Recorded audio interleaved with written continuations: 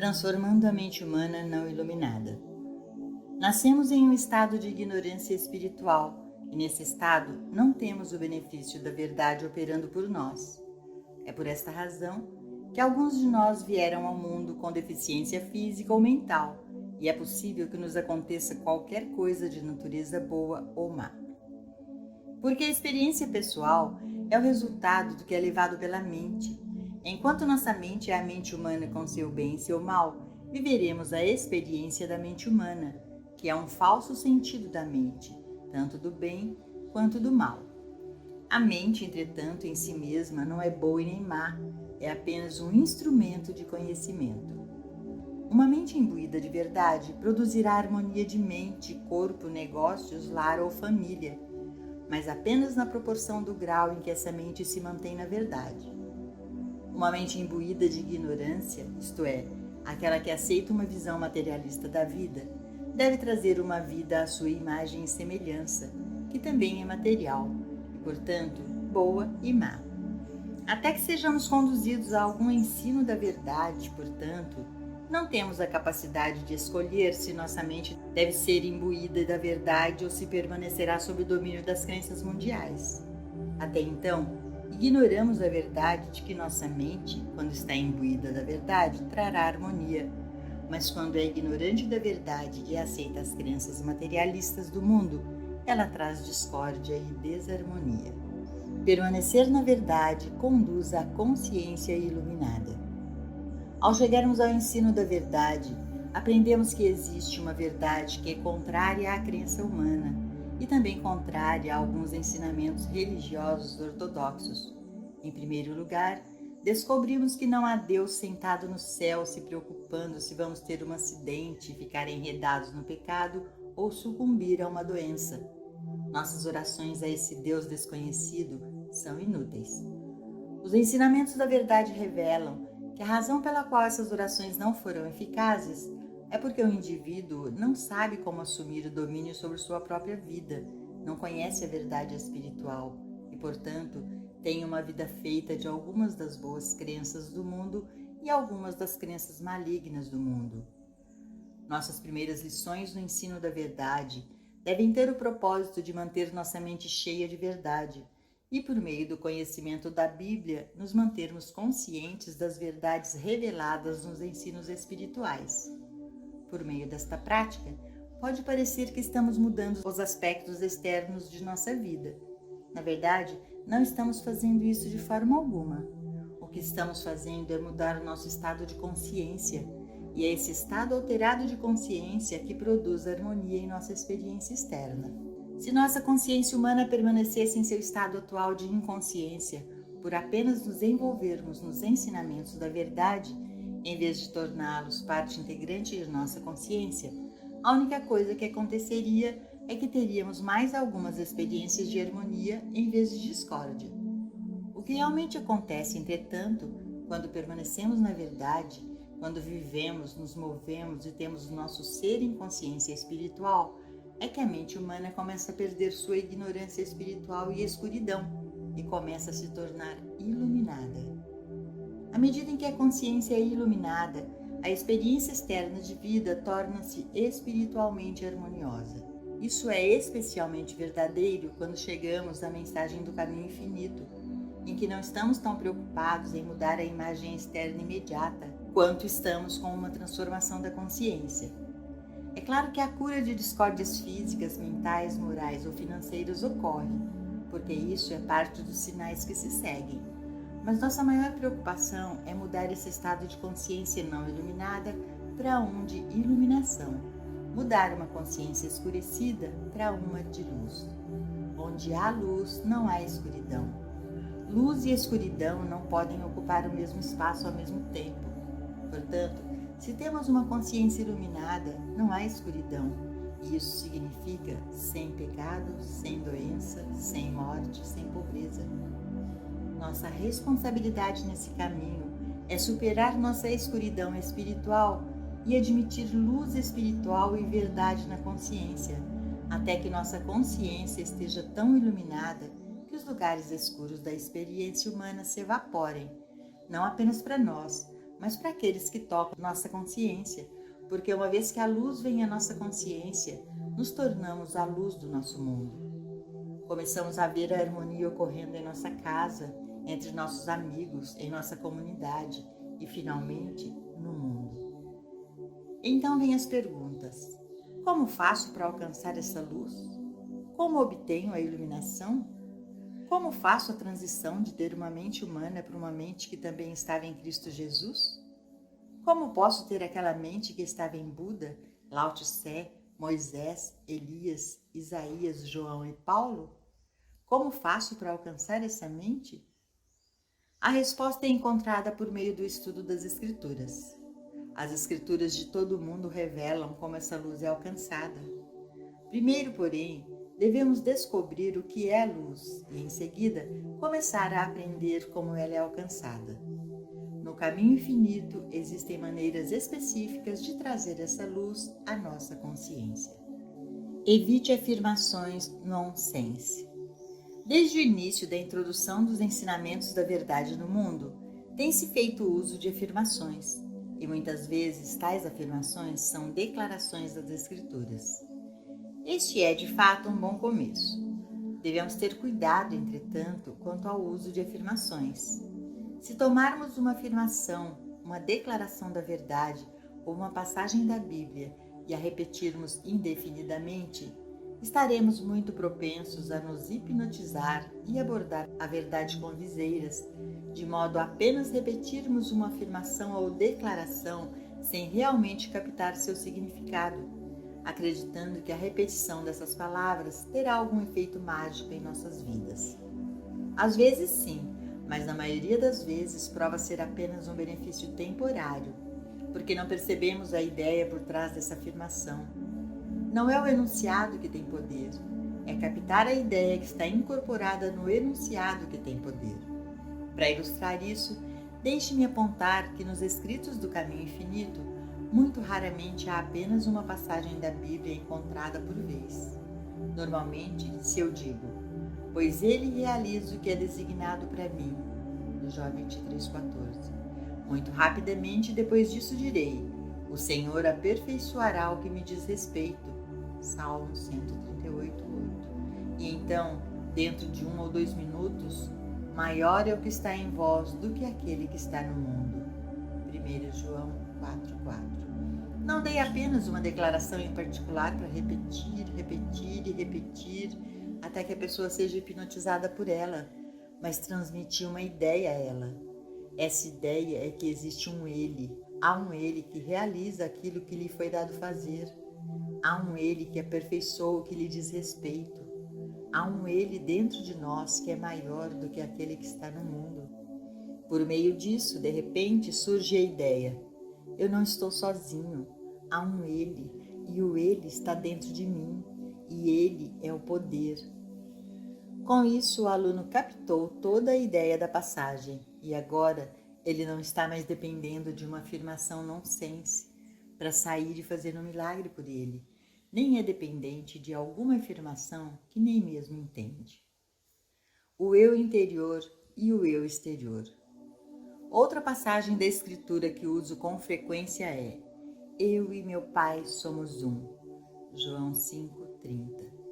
Agora, se pararmos para analisar racionalmente essa afirmação, é ela uma tolice. De todos os pontos de vista humanos, não faz sentido a afirmação de que eu e meu pai somos um. Se pensarmos em nossos próprios pais, saberemos que eu e meu pai não somos um. Existe meu pai e eu existo. O simples fato de usarmos nessa declaração a palavra somos, um verbo no plural, torna a coisa toda surrealista. Estamos dizendo que um é dois ou mais.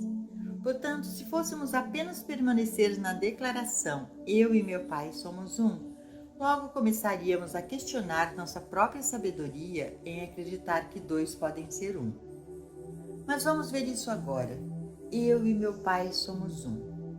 Sim, mas o mestre diz, meu pai é maior do que eu. João 14:28. Isso muda um pouco, e então temos eu e meu pai somos um, mas meu pai é maior do que eu.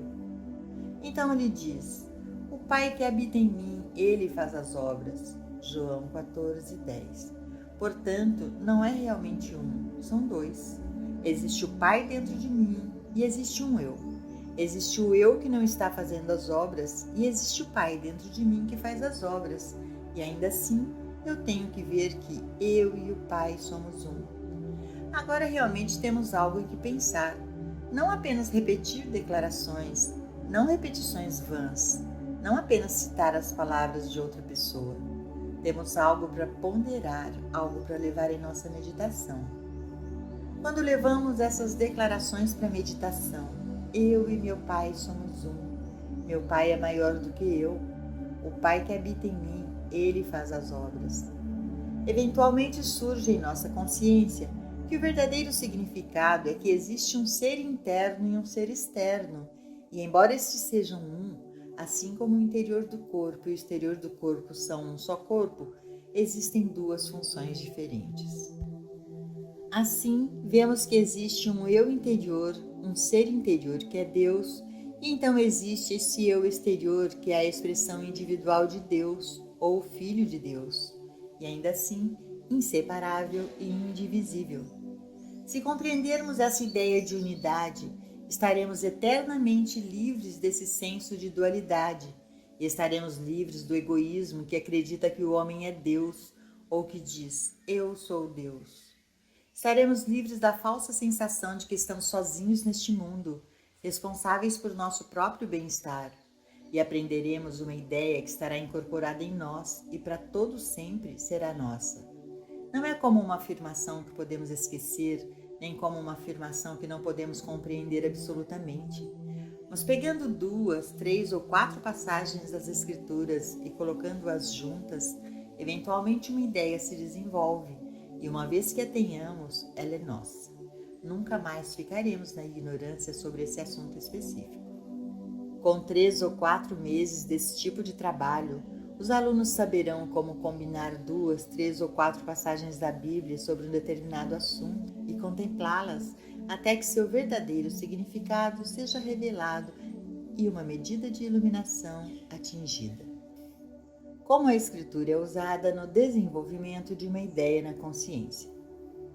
Todos os escritos do Caminho Infinito são baseados nas Escrituras, e eu gostaria que entendesse como esses capítulos baseados nas Escrituras são formados, como obtemos qualquer medida de luz que existe para ser obtida por meio desses escritos, e assim ir do estado de ignorância para o estado de iluminação. A fim de mostrar como um capítulo em um dos livros do Caminho Infinito é desenvolvido, que é quase a mesma coisa que formar uma ideia na consciência, cito o primeiro capítulo de Vivendo o Caminho Infinito. Houve uma época em que o homem era puro ser espiritual, quando ele vivia inteiramente de dentro de si mesmo, quando seus pensamentos sempre permaneceram no centro de seu ser e a vida fluía de dentro. As ideias vinham de dentro, os meios de ação vinham de dentro, e sempre que havia uma necessidade aparente, tudo o que ele precisava fazer era fechar os olhos, entrar dentro de si mesmo e deixar que isso se expressasse. Não temos conhecimento real deste período ou de seu fim, mas sabemos que a Bíblia relata simbolicamente a história de Adão e Eva, que viveram uma vida espiritual divinamente sem problemas, mas que foram compelidos a deixar o jardim do Éden e depois experimentar todos os problemas da vida humana, da vida materialista. Somos informados de que a razão para essa queda da graça foi a aceitação da crença em 2 poderes, o bem e o mal. Foi um ato de consciência e, apesar da interpretação teológica comumente aceita, não estava de forma alguma relacionada ao sexo. O episódio do Jardim do Éden contém uma lição de como viver para todos nós.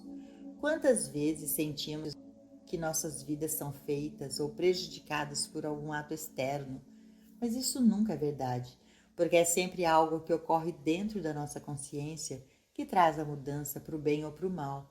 E na alegoria de Adão e Eva, a queda do homem é explicada como a aceitação da crença no bem e no mal.